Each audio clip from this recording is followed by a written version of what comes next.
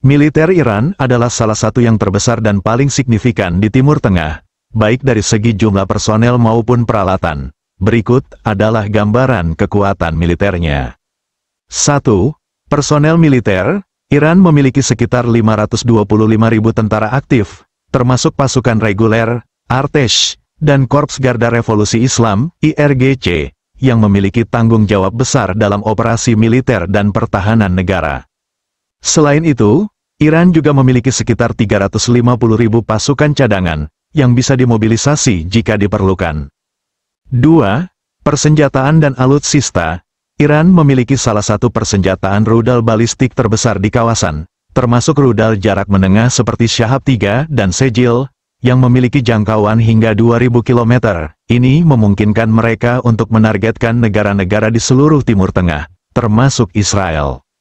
Iran memiliki angkatan udara yang cukup terbatas dibandingkan dengan negara-negara seperti Amerika Serikat atau Israel. Pesawat-pesawat tempur Iran sebagian besar adalah model tua yang dibeli dari Amerika Serikat sebelum revolusi tahun 1979 dan modifikasi buatan dalam negeri. Iran juga memiliki kekuatan angkatan laut yang signifikan, termasuk kapal selam, kapal perang, dan kemampuan untuk mengoperasikan kapal cepat bersenjata di Selat Hormuz, yang merupakan jalur penting bagi perdagangan minyak dunia. Salah satu kekuatan utama Iran adalah dalam operasi asimetris. IRGC mengoperasikan pasukan khusus Quds Force, yang terlibat dalam operasi proksi di luar negeri, termasuk di Irak, Suriah, dan Lebanon, serta dalam mendukung kelompok seperti Hezbollah. 3. Pertahanan udara. Iran telah berinvestasi besar-besaran dalam sistem pertahanan udara, termasuk S-300 buatan Rusia dan sistem buatan dalam negeri. Mereka juga mengklaim memiliki kemampuan untuk menembak jatuh pesawat tempur dan drone musuh. 4. Program nuklir.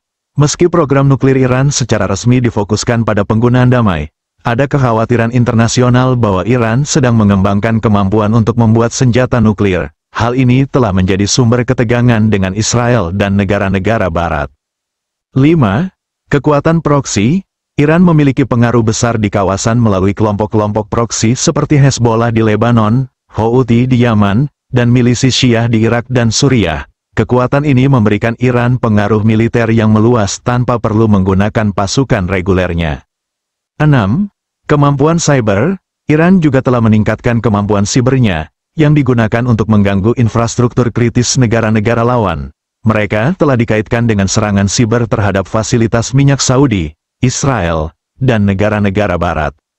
Secara keseluruhan, meskipun Iran tidak memiliki teknologi militer paling canggih seperti negara-negara Barat atau Israel, kekuatan militernya didasarkan pada strategi perang asimetris, kekuatan rudal, dan jaringan. Dalam hal kekuatan militer, Iran biasanya berada di peringkat 10 hingga 15 besar dunia menurut berbagai laporan dan indeks militer internasional.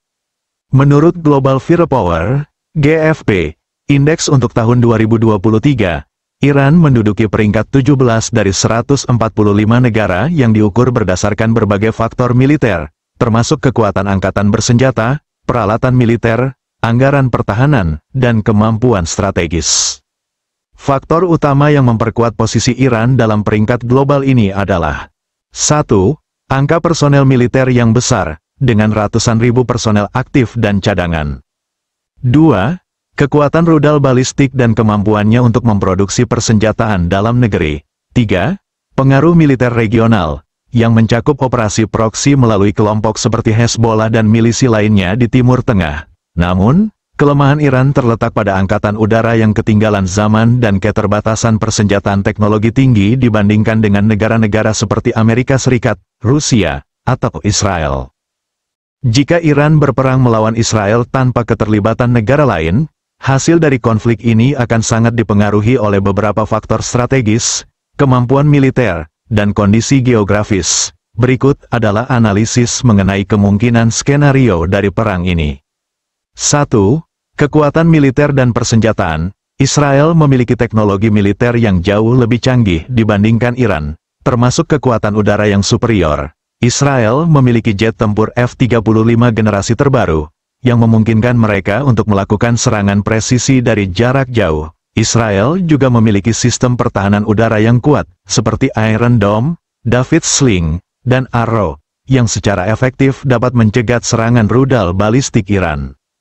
Iran, meskipun memiliki persenjataan rudal balistik yang banyak dan kemampuan drone, memiliki angkatan udara yang jauh lebih lemah. Pesawat tempurnya sebagian besar adalah model tua, yang membuat Iran sulit menandingi kemampuan udara Israel.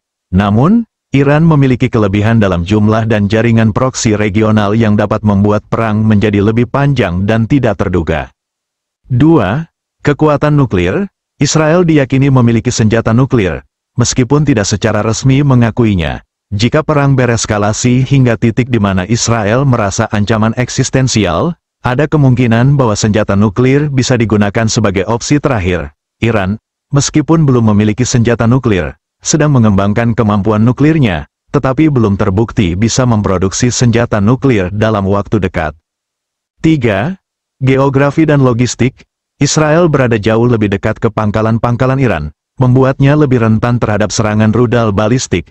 Namun, Iran menghadapi tantangan logistik besar untuk mengerahkan pasukan dan persenjataan dalam konflik darat, karena jaraknya yang jauh dan kebutuhan untuk melewati negara-negara tetangga. Selain itu, Israel memiliki sistem pertahanan dalam negeri yang sangat baik, yang memberi mereka keunggulan defensif. 4. Perang asimetris dan proksi. Iran memiliki jaringan kelompok proksi yang kuat, seperti Hezbollah di Lebanon, yang dapat menimbulkan ancaman signifikan bagi Israel melalui serangan rudal dari perbatasan utara. Meskipun Israel dapat menang secara militer dalam konfrontasi langsung, perang ini bisa berubah menjadi perang asimetris yang panjang dan melelahkan, di mana Iran menggunakan kelompok-kelompok ini untuk memperpanjang konflik. Israel memiliki keunggulan dalam operasi militer presisi, yang terbukti melalui serangan udara terkoordinasi terhadap target Iran di Suriah. Namun, kemampuan ini akan diuji dalam perang yang berkepanjangan melawan kekuatan proksi Iran. 5. Dampak ekonomi dan sosial.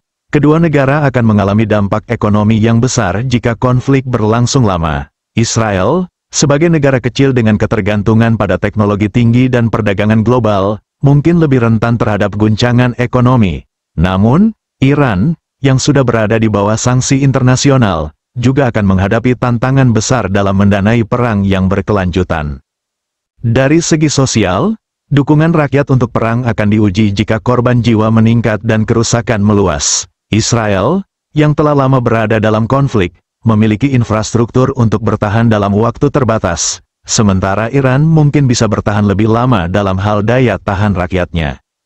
Kesimpulan, jika perang ini terbatas hanya antara Israel dan Iran, Israel kemungkinan besar akan memiliki keunggulan militer dalam konflik langsung karena superioritas teknologi, kemampuan udara, dan pertahanan udara mereka. Namun, Iran dapat memperpanjang konflik melalui strategi perang asimetris dan penggunaan jaringan proksi di seluruh kawasan. Jika perang berlangsung dalam jangka pendek, Israel kemungkinan akan keluar sebagai pemenang, terutama karena kemampuannya untuk menyerang target Iran dengan presisi. Namun, jika perang berkepanjangan dan menjadi konflik asimetris di seluruh Timur Tengah, Iran dapat menciptakan ketidakstabilan regional yang lebih besar, yang bisa menunda kemenangan Israel. Tentu saja, skenario ini sangat bergantung pada bagaimana kedua negara memilih untuk mengelola eskalasi konflik, serta kemungkinan pengaruh ekonomi dan sosial yang dapat memperburuk situasi bagi kedua belah pihak.